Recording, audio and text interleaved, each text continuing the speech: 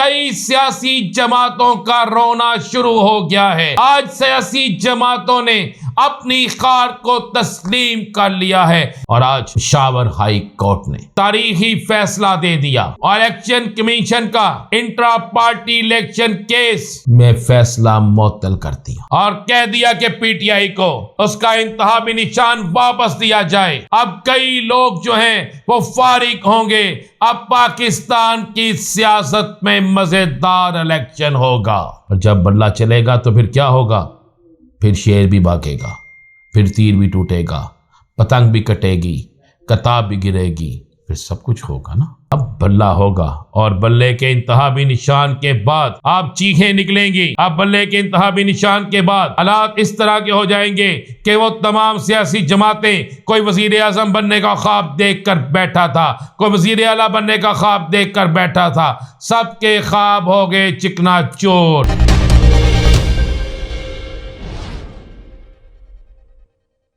बिस्मिल्लाहिर्रहमानिर्रहीम। अस्सलातु वस्सलामु अलैका या सय्यदी या रसूल अल्लाह, अस्सलातु वस्सलामु अलैका या सय्यदी या हबीब अल्लाह। तमाम सुनने वालों को अस्सलामु अलैकुम। मैं हूं राना अजीम और आप देख रहे हैं राना मोहम्मद अजीम ऑफिशियल यूट्यूब चैनल और फेसबुक पेज।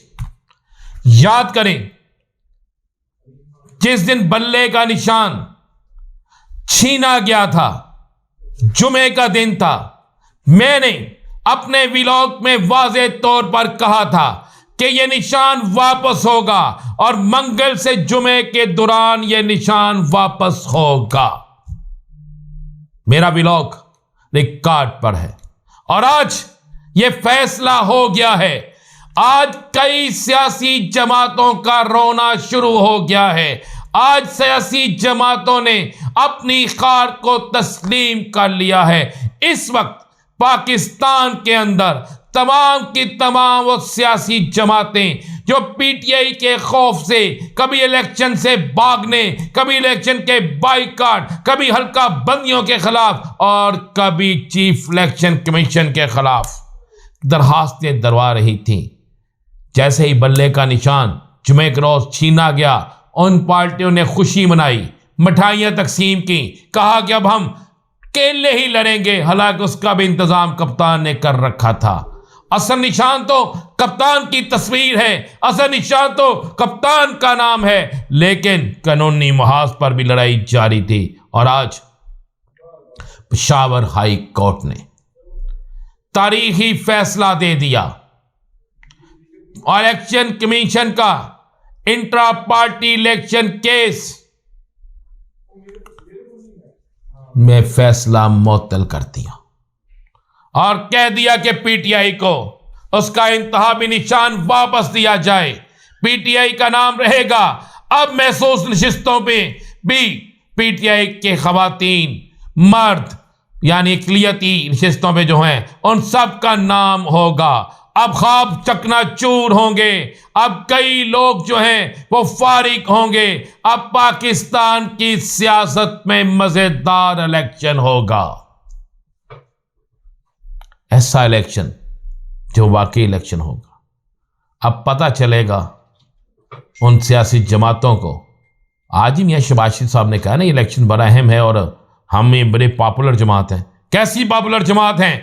21 के बाद एक जलसा, उसमें भी आधे से ज्यादा कुर्सियां खाली, इंतहाबी मामला शुरू हो गए। कोई जलसा नहीं, कोई जुलूस नहीं, केक काटने की तकरीब होती है, सरकारी अफसरान को बुला लिया जाता है, लेकिन डर क्या है? अवाम में जा नहीं सकते। अवाम में जाएंगे, अवाम आगे से पूछेंगे हमें क्या दिया, हमसे सब कुछ छीन लिया, रोटी तुमने छीन ली, हर चीज छीन ली, लेकिन अब तुम्हें वोट नहीं देंगे। इसी डर से अब नून लीग ऊपर से बल्ला चलेगा और जब बल्ला चलेगा तो फिर क्या होगा?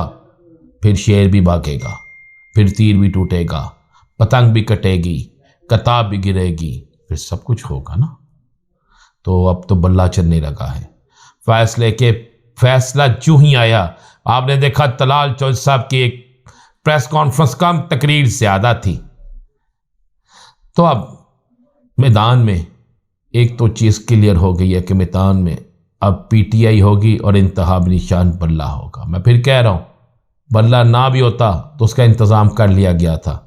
अब बल्ला होगा और बल्ले के इंतहाबी निशान के बाद आप चीखें निकलेंगी। अब बल्ले के इंतहाबी निशान के बाद हालात इस तरह के हो जाएंगे कि वो तमाम सियासी जमातें, कोई वजीर आजम बनने का ख्वाब देख कर बैठा था, कोई वजीर आला बनने का ख्वाब देख कर बैठा था, सबके ख्वाब हो गए चिकना चोर। नई गेम शुरू हो गई है, नई पार्टी शुरू हो गई है, फिल्म का पहला ट्रेलर चल गया है और ऐसी फिल्म जिस पे अब हीरो इमरान खान, विलन सारी वो सियासी जमातें। ये पहली फिल्म है इलेक्शन की जिसमें एक हीरो है और उसके मुकाबले में कई विलन हैं, कई विलन, और वो विलन जो अपनी अपनी जगह झूठी चुदराहट बनाकर बैठे हैं, अब उन सब का मुकाबला एक हीरो से होने जा रहा है।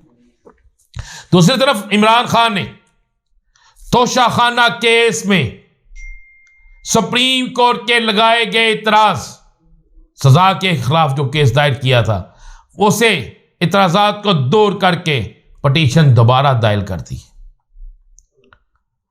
अब इसके बाद तो आपको पता है कि क्या होगा।